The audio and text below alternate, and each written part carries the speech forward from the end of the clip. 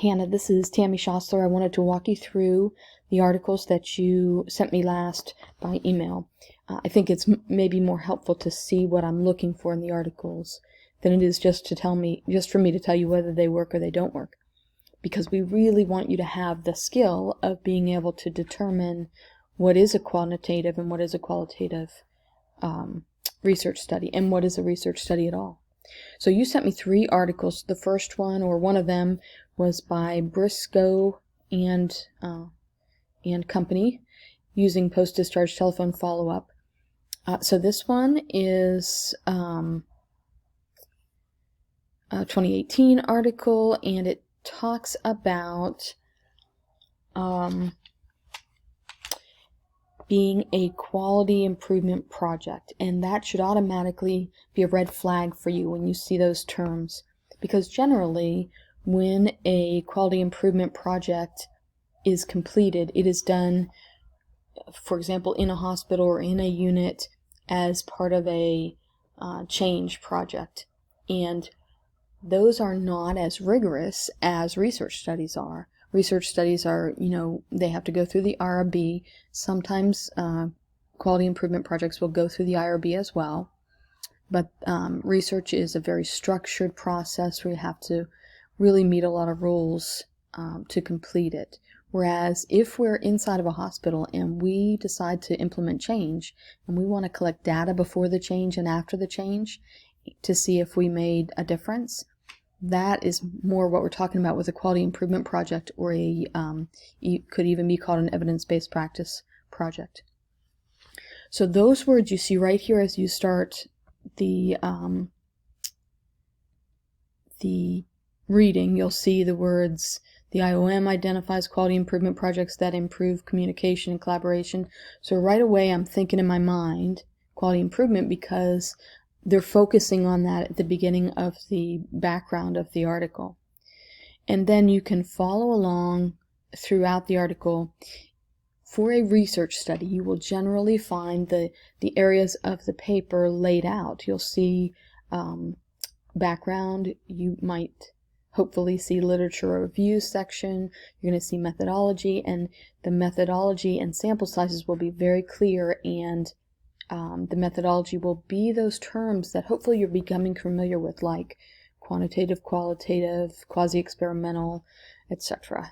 So as we go down through this one, certainly there's a lot of reading, and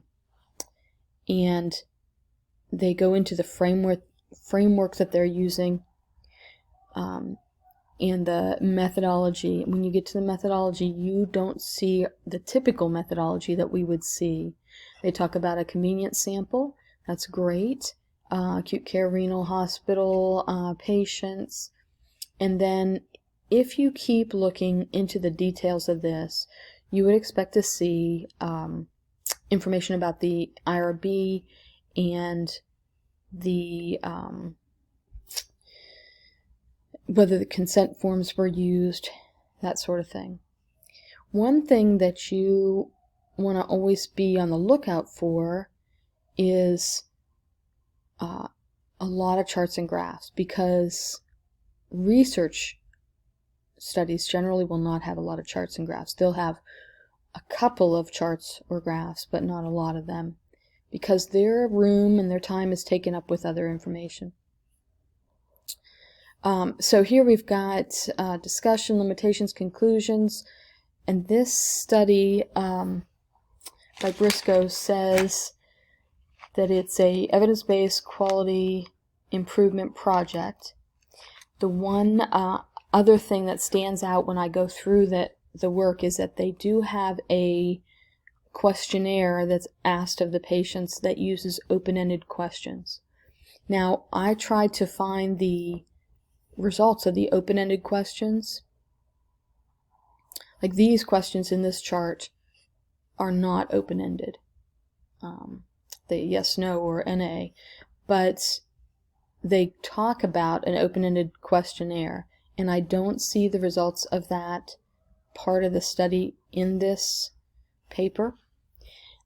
Having open-ended questions that were analyzed would generally make it a mixed method study and would exclude it from this project. So this paper could be used, again, I believe it should be disqualified because it is a quality improvement project, and it does also talk about a open-ended questionnaire, a set of questions that are open-ended within the questionnaire. So I would cross it off my list, but I would also hold it in case you don't find enough studies. You could use this one. So that's a definite maybe, right? It's a probably not, wouldn't be our top choice, but if you are lacking studies when it comes time to put this paper together, and we're getting close to being there, then go ahead and use it. This one, Improving Inpatient Education and Follow-Up, this is by Jennifer Hart and Rita Nutt, and this one has right in the title, a hospital-based quality improvement project, which will be a big red flag for you. You just want to cross them off your list when you see that. Quality improvement project, not the same rigor that you would expect from a research project. So this is a no. The Hart and Nutt study is a no. Then you get to Asthana, I'm sorry, I'm surely not saying that right, and company, who wrote Heart Failure Education and Emergency Department Markedly Reduced Readmissions in Under and Uninsured Patients.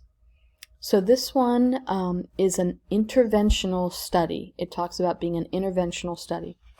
Many times an interventional study is much like a change project or a quality improvement study. But I will tell you that this study has many of the good parts and pieces that we want to see in a research study. There's nothing in here that I think disqualifies it from being used in your paper. It is a pilot study, so the sample is probably a little bit smaller. The age is, the publication date is fine, and there's nothing in here that tells me it shouldn't be used, other than the fact that it's an interventional study, which may or may not work against us. But it's got lots of good details in it, and I think it will be fine for you to use. So the Asthana study is a yes. The Hart study is a no. And the Hart study also has that qualitative survey included in it, another qualitative study included in theirs. So they're a no. And the Briscoe study is a maybe, depending on whether you find something to replace it. Okay, there you have it. There's what I'd be looking for in these works. Remember, you're looking for a nice abstract like this one with background methods, results. You want to see a nice firm sample size, and you want to see that the IRB board has been used, and most likely that the consent process was used, although there'll be a few times when that isn't necessary because of the type of data being collected. So look for those things. Send me some more, or give me a call if you have more questions.